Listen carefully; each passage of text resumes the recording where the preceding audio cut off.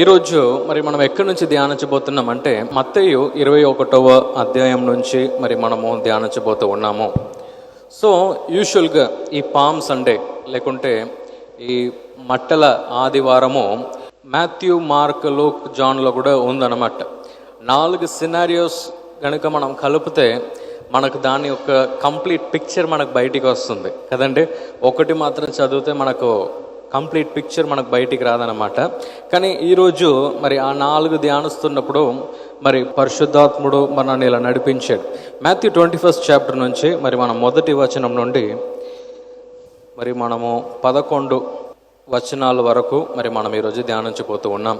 తరువాత ఓకే, యెరూషలేమునకు సమీపించి ఒలీవ చెట్ల కొండ దగ్గర ఉన్న ఓకే బేత్పేగేకు వచ్చినప్పుడు యేసు తన శిష్యులలో 2 చూచి మీ ఎదుటనున్న గ్రామమునకు వెళ్ళుడి, వెళ్ళగానే కట్టబడి ఉన్న ఒక గాడిదయు దానితో ఉన్న ఒక గాడిద పిల్లయు మీకు కనబడును.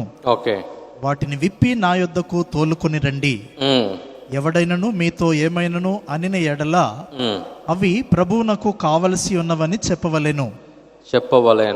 వెంటనే అతడు వాటిని తోలి పెట్టునని చెప్పి వారిని పంపెను. సో మనము మొత్తం మనం చదవబోతున్నాం, కానీ ఇది ఫస్ట్ ఇంట్రడక్షన్.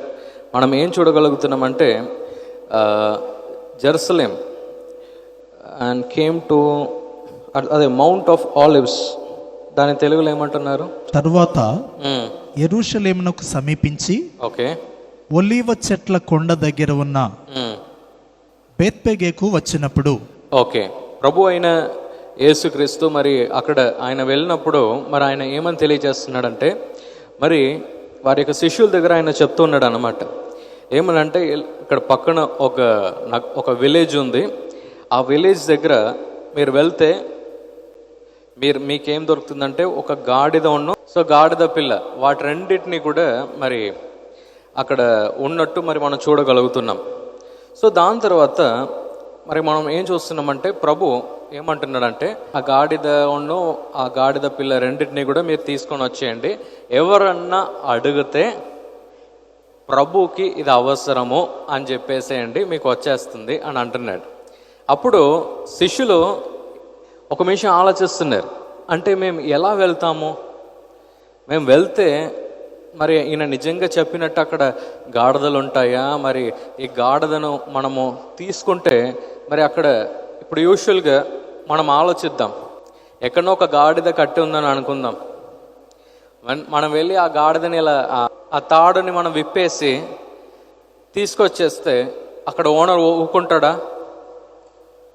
ఏం చేస్తాడు ఓనర్?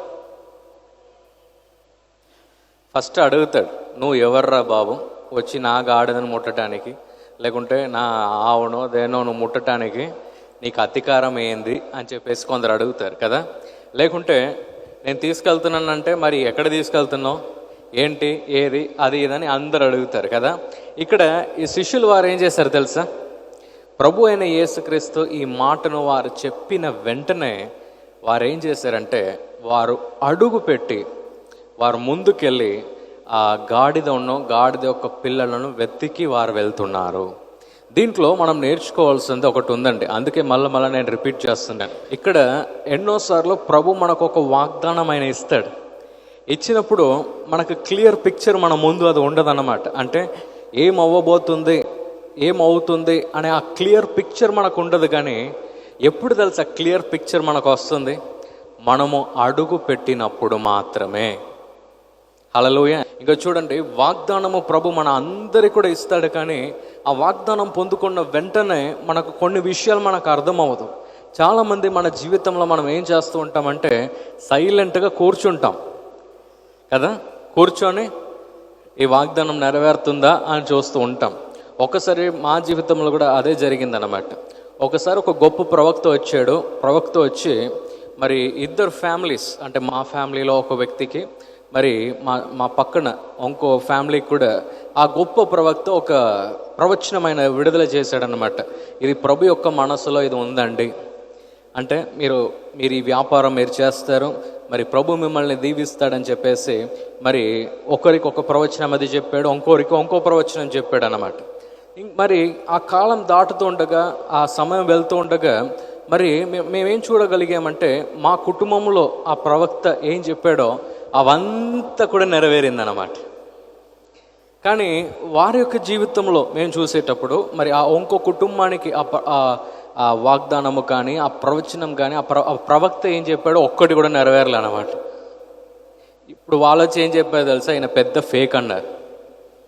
వెంటనే మా దగ్గర అడిగారు, మీ దగ్గర మాత్రం ఎలా నెరవేరింది?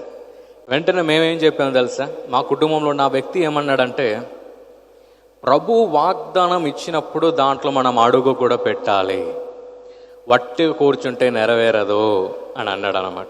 అప్పుడు నాకు చాలా సంతోషం అనిపించింది. అదే అయిందండి ఇక్కడ శిష్యులు వారి యొక్క జీవితంలో కూడా. ప్రభు ఒక మాటను చెప్పిన వెంటనే ఈ శిష్యులు మాత్రం వారు ఏం చేశారు తెలుసా, ఆ డౌట్ వారి యొక్క తలలో రాలే. అంటే ఈ గాడిదను మనం వెతికెళ్తున్నాం, ఈ గాడిద పిల్లను మనం వెతికెళ్తున్నాం, కానీ అక్కడ వెళ్ళిన తర్వాత వాడు తిడితే ఏమవుతుంది? గాడిదని తీసుకొని వెళ్తున్నాం అంటే మనం దొంగను అనుకోడా, ఏం ఆలోచించలే. ఏం చేశారు తెలుసా, ఆ మాటను నమ్ముతూ వారు అడుగు పెడుతుండగా ఒక్కొక్కటి కూడా క్లియర్ అయింది వారి జీవితం.